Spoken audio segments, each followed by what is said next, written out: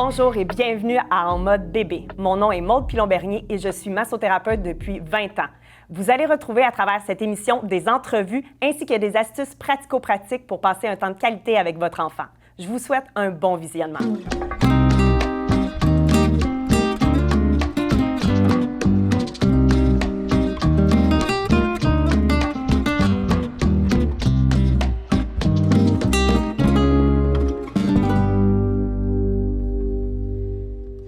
Aujourd'hui, probablement la capsule que vous attendiez tous avec impatience. On va parler de l'abdomen de l'enfant. Donc, on va donner des petites astuces pour essayer de favoriser la détente des inconforts. On ne pourra pas guérir le ventre de bébé, on ne pourra pas dire qu'on soulage ou qu'on guérit des fameuses coliques ou des gaz, des choses comme ça, mais on va vraiment aider la digestion. On va aider aussi le système de l'enfant à assimiler mieux les nutriments qui vont être ingérés par lui ou par elle, mais on va surtout aider à réduire les tensions, favoriser la détente des tensions au niveau des organes, de la circulation sanguine, on va favoriser la circulation sanguine, puis aussi on va venir aider à détendre un petit peu tout ce qui est le mouvement de l'intestin, des organes, les muscles qui sont tout autour de ça, pour pouvoir mettre l'enfant dans les meilleures conditions pour que là, son système soit capable de mieux digérer ou de mieux gérer tout ce qui est les inconforts, les ballonnements, les gaz, les coliques ou la constipation. Donc, c'est important de savoir que si vous pensez que votre enfant pourrait avoir une condition un petit peu plus problématique que seulement des inconforts, on doit absolument consulter. De toute manière, si vous n'êtes pas certain de quoi que ce soit durant la pratique du massage pour bébé, dans le doute, on s'abstient et on consulte. Ça, c'est le mot d'ordre. Je répète quelques petites indications pour le massage pour bébé. On s'assure que le bébé est dans un bon état d'esprit, qu'il ne fait pas de fièvre, qu'il n'y a pas de rhume, pas de congestion, qu'il n'y a pas non plus de petites éraflures ou de blessures aux endroits où on va aller masser. Puis, justement aussi que nous, on est dans un bon état d'esprit. C'est ça le plus important. Si nous, on est ouvert au massage, l'énergie va se partager, puis bébé va se tranquilliser aussi. Donc, aujourd'hui, on voit plusieurs petites manœuvres pour aider à solliciter le mouvement au niveau de l'abdomen, la détente, mais on va bouger avec bébé aussi pour aider à réduire les gaz et les ballonnements. La première manœuvre va être très, très simple. On va faire un mouvement un peu de soleil au niveau du ventre de bébé. Donc, on va commencer par mettre une petite goutte d'huile. Je le rappelle, on n'a vraiment pas besoin de beaucoup d'huile, de gel ou de beurre dans nos mains. On s'assure encore une fois que bébé est à l'écoute, il sait ce qui s'en vient, il sait que ça va être plaisant. Donc, on fait aller nos mains proches des oreilles, proches du nez. Et par la suite, on peut juste s'assurer de les réchauffer un petit peu parce que c'est quand même la bedaine. On le sait, c'est quoi des mains froides sur un ventre? Ça peut surprendre. Donc, on fait attention. Et première manœuvre, on va s'assurer de faire des ronds autour de l'abdomen de bébé dans le sens des aiguilles d'une montre. Puis, on va s'assurer encore une fois d'avoir le plus de peau touchée par nos mains. Alors, on veut vraiment que nos mains aient un contact direct sur bébé. Et si on voit que bébé s'active, une petite main pleine, chaude, sur le ventre de l'enfant avec un petit ballottage, un petit ébranlement, ça fait toute la différence aussi. Ça calme bébé, mais directement sur l'abdomen, ça va venir aussi réchauffer tout ce qui est organique à l'intérieur, détendre aussi. Fait que ça peut être une belle préparation aussi pour l'enfant. Puis quand on voit que justement l'enfant va s'agiter parce qu'on va stimuler ce qui se passe dans le ventre, donc on peut revenir à cette manœuvre-là en tout temps. Donc vraiment des petits ébranlements. Et on continue avec juste un petit mouvement de soleil au niveau du ventre.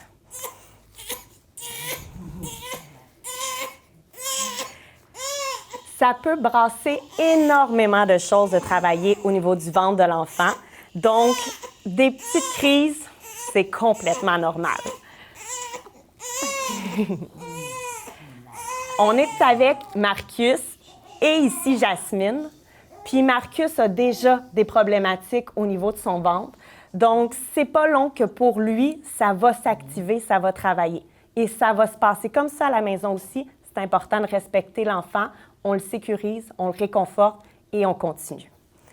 Prochaine manœuvre pour le ventre de l'enfant, après avoir fait nos petits ronds, on va mettre nos 2 doigts juste en dessous des côtes et on va aller encore là du côté droit de l'enfant jusqu'au côté gauche de l'enfant. Donc, pour moi, ça va être l'inverse. On va commencer à gauche pour moi, jusqu'à droite pour moi, mais pour l'enfant, ça va être de droite vers la gauche. Ce qui est complètement normal aussi parce que c'est le mouvement que les selles vont se promener au niveau de l'intestin de l'enfant. Donc, on prend 2 doigts, on les appuie au niveau des côtes et on envoie le tout d'un côté vers l'autre pour faire en sorte que les selles se promènent dans l'intestin et puissent être évacuées de manière plus sage.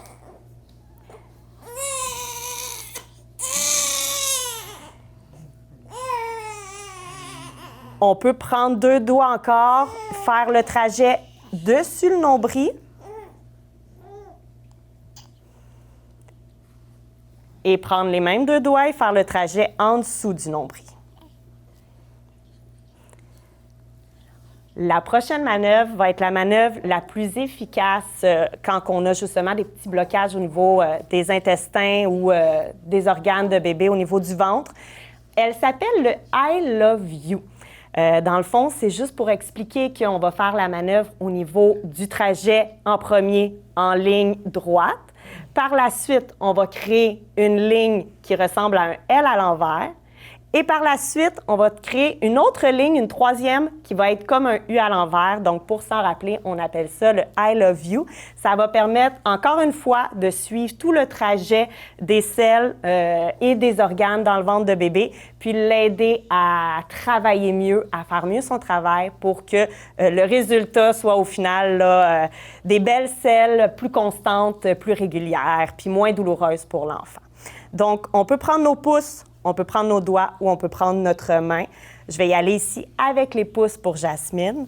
On fait notre première exécution. On va faire notre petite ligne de bas en haut. Donc, on peut partir de l'aine de bébé jusqu'à monter jusqu'en bas des côtes. Fait qu'on ne touche pas nécessairement aux côtes. On s'arrête juste avant. Et on va partir par la suite avec notre L inversée. Donc, on monte. Quand on est près des côtes, on s'en va jusqu'à l'autre côté des côtes. Et vous voyez, là, je reproduis chacune des manœuvres environ de 3 à 4 fois pour chacune des étapes. Alors, je pars vraiment de l'aine, je monte jusqu'en dessous des côtes, je m'en vais de l'autre côté. Vous allez voir que les bébés vont énormément s'agiter et c'est complètement normal parce que là, ça bouge à l'intérieur. On y va avec le U inversé. On monte, on part de l'aine du côté droit de l'enfant. On s'en va jusqu'à l'autre côté et on descend le tout à la finalité vers l'autre hanche, l'autre aine de bébé. Et ça travaille pour Madame Jasmine, ce qui est complètement normal. Alors, on monte, petit L inversé et on termine avec le petit U inversé. Je vais utiliser ma main pour maintenant calmer un peu parce que ça travaille beaucoup pour Jasmine. Donc, j'y vais un peu plus avec la main. Tout ça se passe au-dessus du nombril, à côté du nombril, donc tout autour. Et on descend, puis on n'hésite pas à aller chercher là, jusqu'à la fin. On va se calmer un peu. C'est une manœuvre qui peut venir travailler énormément l'abdomen de bébé. Donc, c'est important. On continue avec notre chaleur, avec nos ébranlements. On calme. Vous allez voir plusieurs petites astuces pour le ventre. Vous faites à la maison celles que vous désirez. Ce n'est pas une routine présentement. C'est des astuces que vous pouvez intégrer une à la suite de l'autre ou tout simplement en prendre une que vous aimez particulièrement puis la pratiquer un peu à tous les jours. Donc vraiment, on y va avec comment notre enfant est cette journée-là puis comment nous, est-ce qu'on le ressent. Plus vous allez pratiquer, plus vous allez ressentir la même chose que moi. Ça veut dire beaucoup de choses qui se passent à l'intérieur. On peut même des fois sentir là, les gaz, les ballonnements, presque le mouvement là, des selles. C'est là qu'on voit là, qu'on commence à avoir de la dextérité au niveau de notre massage. On va poursuivre avec la manœuvre de la chenille, qui se fait un peu comme la manœuvre des doigts en ligne droite, mais à ce moment-là, on va juste faire des petits mouvements de doigts. Ouais. Fait qu'on part encore là du côté droit de l'enfant et on amène le tout vers son côté gauche, à lui ou à elle. Yeah! Ça travaille beaucoup pour Jasmine. On n'hésite pas à partir nos manœuvres en haut du nombril et les faire descendre en bas jusqu'au pubis. Ouais!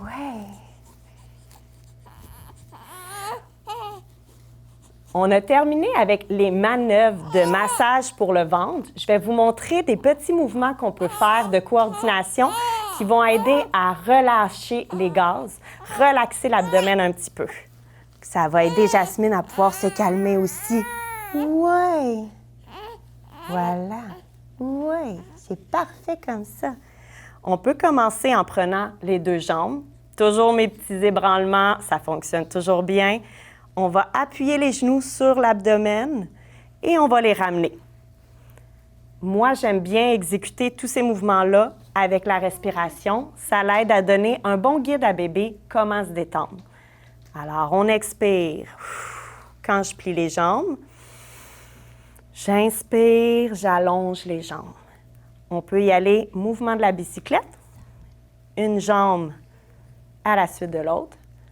Puis, il va souvent avoir une jambe qui va bloquer plus qu'une autre quand on va exécuter ce mouvement-là. Pour Jasmine, ça se passe quand même assez bien, mais soyez pas surprise qu'il y ait une jambe qui raidisse un petit peu durant la manœuvre. On fait des petits ébranlements, puis on s'assure de prendre son temps jusqu'à temps qu'on a un mouvement fluide, mais surtout très lent pour garder notre constance, notre détente, notre régularité pour le massage. On va pouvoir faire la même chose en alternant avec son petit bras, sa petite jambe. On vient et on appuie sur le ventre. Ça pratique la coordination, mais en même temps, ça l'aide tout son corps à se détendre, surtout avec une petite pression là, dans l'abdomen. Comme ça, quand on a des petits gaz, ça laisse tout sortir. Ça fait du bien. C'est sûr qu'après ça, il faut calculer le fait qu'on va probablement avoir un petit peu plus de dégâts à ramasser, mais on va être content parce que le résultat va en valoir la chandelle. Je vous le rappelle, la lenteur, c'est le mot d'ordre. On s'assure d'être lent et les petits ébranlements, ça vient toujours nous permettre d'avoir le total contrôle.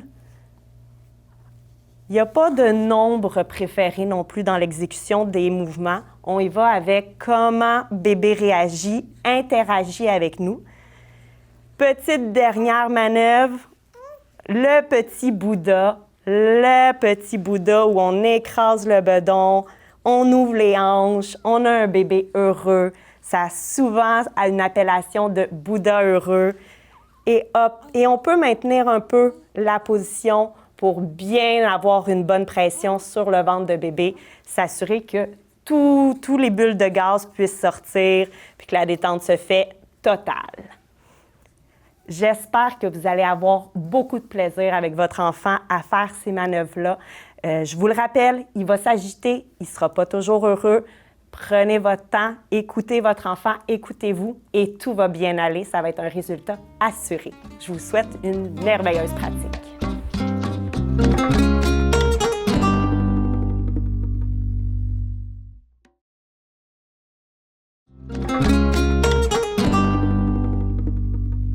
En fait, moi, je viens d'un milieu sportif. J'ai été une joueuse de soccer de compétition dans mon adolescence. Ça a été un super beau parcours pour moi où je me suis développée à plein de niveaux, autant dans le travail d'équipe, mais dans moi, ma persévérance, pouvoir vraiment développer certains skills d'agilité. Ça m'a toujours passionnée d'aller au-delà de mes propres capacités puis de me surpasser. Puis c'est là que j'ai vraiment fait « Ah, j'aime le sport. Puis là, j'ai découvert justement la kinésiologie de cette façon-là.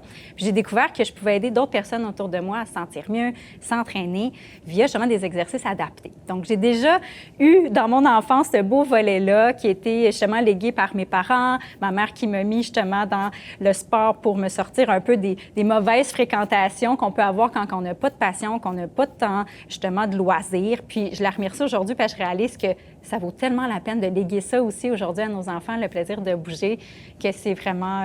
je suis vraiment heureuse de faire le métier de kinésiologue. Puis, peux-tu nous expliquer justement, qu'est-ce que ça mange, un kinésiologue? Oui, bien, c'est le professionnel de la santé qui utilise le mouvement à des fins autant de performance, de prévention et de réadaptation via l'activité physique. Alors, c'est vraiment ça, là, notre définition de kinésiologue. Tu te spécialises un petit peu plus au niveau femme enceinte, avant, pendant et après. Peux-tu nous expliquer c'est quoi le chemin qu'on fait pour arriver dans ce domaine-là, vraiment?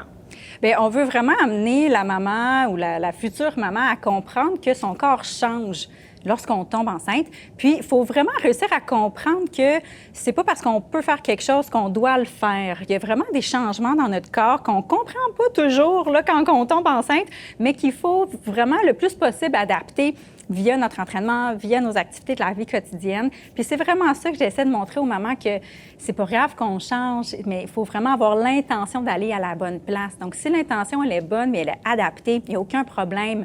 Il faut juste avoir cette conscience-là de dire, d'accord, je vais changer mes entraînements, je vais changer mes exercices pour me sentir bien, puis aussi être sûr que ça convienne au développement de mon bébé.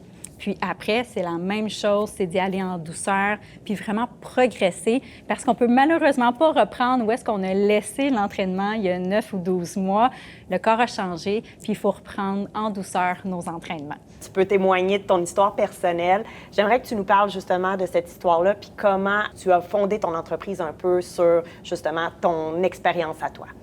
En fait, une fois que j'ai accouché de mon bébé 1, quelques mois après, j'ai décidé de reprendre la course. Puis, c'est drôle parce que des mamans que je suis maintenant font un peu la même erreur que moi. Puis, c'est une amie qui a vu une physiothérapeute périnéale qui est adaptée justement, comme moi, à la périnatalité. Elle lui avait dit « Ah, elle pourrait peut-être faire autre chose avant de recommencer à courir. » Puis, je dirais que c'est vraiment à savoir. On ne peut pas recommencer à courir tout de suite. Donc, moi, j'ai été refaire les étapes moi-même de reprendre le contrôle de mes abdominaux, de mon plancher pelvien, de mon dos qui me criait des bêtises. J'avais vraiment mal au dos. Puis, vraiment, mon bassin aussi qui avait vraiment un cisaillement qu'on appelle. Donc, ça me donnait des chocs électriques, rien pour avoir le goût de bouger. Donc, j'ai vraiment passé par là. Puis là, je suis tombée en amour avec la périnatalité. Puis là, je me suis vraiment dit, Maud, il faut que je donne cette bonne nouvelle-là aux mamans qu'on peut réussir, en fait, de passer d'un corps qu'on comprend plus à un corps qu'on se dit, ah oui, j'ai repris le contrôle, j'ai été étape par étape. Alors, pour débuter un exercice pour une remise en forme quand on est enceinte, un bel exercice à adapter, c'est notre fameux jumping jack. Puisqu'il habituellement a un saut, on va le moduler avec une plus basse intensité. Donc, on va pouvoir débuter petit pas serré et venir déjà ouvrir chacun de nos pas en ouverture. Super. Et là, ici, si on voit que ça va bien, c'est une intensité qui est quand même assez facile. On va rajouter nos bras mi-hauteur. Comme ça, ici, on va pouvoir gérer aussi la vitesse. Si on se dit c'est facile, parfait, on augmente le rythme. C'est encore facile, let's go, on lève les bras, on respire toujours de façon fluide. On ne devrait pas être en mesure de couper notre respiration quand on bouge. Alors, c'est un bon test qu'on appelle le test de la parole enceinte pour toujours avoir une intensité qui est adéquate, donc qui nous indique aussi que notre bébé ne manquera pas nécessairement d'oxygène. On va vouloir réussir à parler comme je le fais en ce moment. Alors, on va vraiment y aller à notre rythme pour avoir la dépense d'énergie qu'on souhaite avoir pendant notre exercice. On respire pour 4, 3, 2 et on marche sur place. Super! Maman Active, c'est vraiment plus qu'une plateforme d'entraînement pré-postnatal. C'est une communauté de mamans, puis c'est une belle équipe derrière la santé qui nous accompagne à travers, avant la grossesse, pendant la grossesse et après pour le retour au sport et à la course, en passant par la rééducation des abdominaux et notre plancher pelvien. Il y a 3 façons de suivre la plateforme, donc 3 accompagnements distincts. Il y a le volet plutôt autonome. Donc, la maman qui veut faire ses choses où elle veut, quand elle veut, prend vraiment le programme autonome qu'elle peut prendre vraiment à son niveau. Il y a plusieurs niveaux disponibles sur la plateforme, autant si elle est enceinte, elle veut être enceinte, même entre 2 bébés, c'est possible de prendre graduellement le rythme, autant avec des entraînements musculaires, de cardio, de la mobilité, du yoga, même de la préparation à l'accouchement. On a aussi de l'accompagnement plus en direct, donc notre programme Premium Focus. Là, on est en 100% illimité en virtuel. On peut venir même une fois sur place sans frais supplémentaires. Puis là, tous nos cours en direct sont accessibles, en plus d'avoir une conférence mensuelle avec une de nos professionnels invités qu'on appelle conférence causerie virtuelle. Puis ensuite, il y a notre programme d'accompagnement one-on-one, donc 1 à 1, où est-ce qu'on accompagne vraiment les mamans dans leur développement d'entraînement, mais également au niveau de leurs soins selon le besoin. Donc, 3 niveaux d'accompagnement selon vraiment les besoins de la maman. 3 niveaux pour aussi 3 étapes, fait que le avant, le pendant et le après. Oui. Est-ce que tu peux nous dire un peu justement, il y a des mythes par rapport à l'entraînement et la grossesse. Peux-tu nous en dire davantage? D'abord, c'est important de croire le médecin s'il nous dit qu'on a des contre-indications absolues. À ce moment-là, malheureusement, on va mettre l'entraînement de côté le temps de la grossesse. Par contre, il y a des contre-indications qu'on dit relatives. Là, on écoute le médecin, donc on va gérer l'intensité, on va probablement modifier la course pour de la marche, puis là, on va regarder l'intensité ensemble. Puis il y a certainement des exercices doux qu'on peut faire là, selon les recommandations.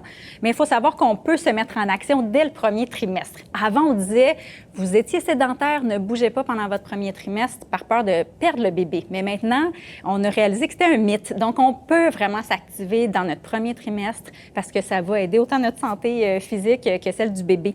Puis le fait aussi de reprendre peu à peu le postnatal, c'est important de le répéter puis de penser que nos abdominaux puis nos fessiers, malheureusement, se déconditionnent pendant notre grossesse. Donc, après, il faut les rebâtir puis ça se fait pas tout seul. C'est pas en refaisant du Zumba ou un cours très intense qu'on va reprendre. Il faut vraiment faire des exercices spécifiques à ça. Donc, il faut pas le mettre de côté parce que souvent, on les voit quelques mois, quelques années plus tard. Puis là, oups, on rattrape malheureusement les étapes qu'on n'a pas faites au départ. Donc, je dirais que c'est les 2 gros mythes que j'essaie de dire que le corps a changé, les filles, puis c'est pas grave. Faut juste encore y aller dans l'intention puis dire, parfait, bien, je vais faire ce qu'il faut maintenant pour pouvoir aller plus intensément plus tard. On parle de rééducation après, de réadaptation après, mais on peut se préparer aussi. Ça, c'est vrai. On peut, en fait, essayer de garder nos abdominaux contractés, relâchés, plancher pelvien, même chose, contractés, relâchés, le plus près possible de l'accouchement pour s'assurer qu'au niveau de notre système là, global, notre système nerveux, notre système de contraction, de relâchement musculaire soit actif le plus longtemps possible. Donc, des fois, on se dit, ah, je suis trop fatiguée, je suis essoufflée, ah, ça vaut plus la peine. Au contraire, ça vaut la peine, même si on sent presque plus notre plancher pelvien se contracter à cause du poids du bébé, puis ça vaut la peine. Les petits exercices sont souvent les meilleurs, surtout quand on arrive proche de l'accouchement, parce que ça va aider notre cerveau après ça à mieux se réactiver quelques jours après l'accouchement. Alors ça, là, c'est vraiment un message vraiment à faire passer parce qu'on le voit, j'en parle aux professionnels autour de moi, lorsqu'on garde le niveau d'activité physique quand même mieux que 0, en préparation en accouchement, on voit là, que les mamans rattrapent plus vite leur énergie puis leur santé physique après. Donc, c'est vraiment un beau cadeau à s'offrir, là, ouais. Un bel exercice à faire avant son accouchement pour s'assurer que nos hanches sont bien souples et mobiles. On va travailler avec les pieds, largeur des hanches. Ce qu'on va essayer de faire, c'est des cercles du bassin pour commencer, voir si déjà ça nous fait du bien pour le bas du dos, tant mieux. On peut en faire entre 5 et 10 de chaque côté. Et si on voit que ça va bien et qu'on a le goût d'aller un peu plus loin pour préparer l'accouchement, on peut essayer de faire avec notre bassin de l'exercice du 8. Donc, au lieu de faire des ronds, on essaie de faire un 8 avec notre hanche. On y va doucement. On pourrait même l'essayer sur un ballon pour vraiment favoriser le mouvement des hanches. Enceinte, avec le poids de la grossesse, c'est plus difficile. Donc, on y va en douceur pour bien sentir que ça bouge. Une fois que c'est fait, on va pouvoir ouvrir les jambes à une largeur qui est confortable, plus large que nos épaules, et on va vouloir travailler notre fente latérale.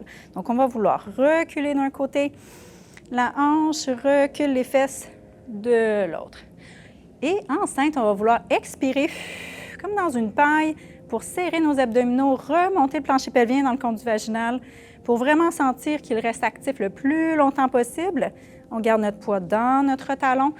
Et on alterne comme ça ici. Si notre forme physique le permet et qu'on veut avoir un poids dans les mains, aucun problème. On peut y aller selon notre condition physique.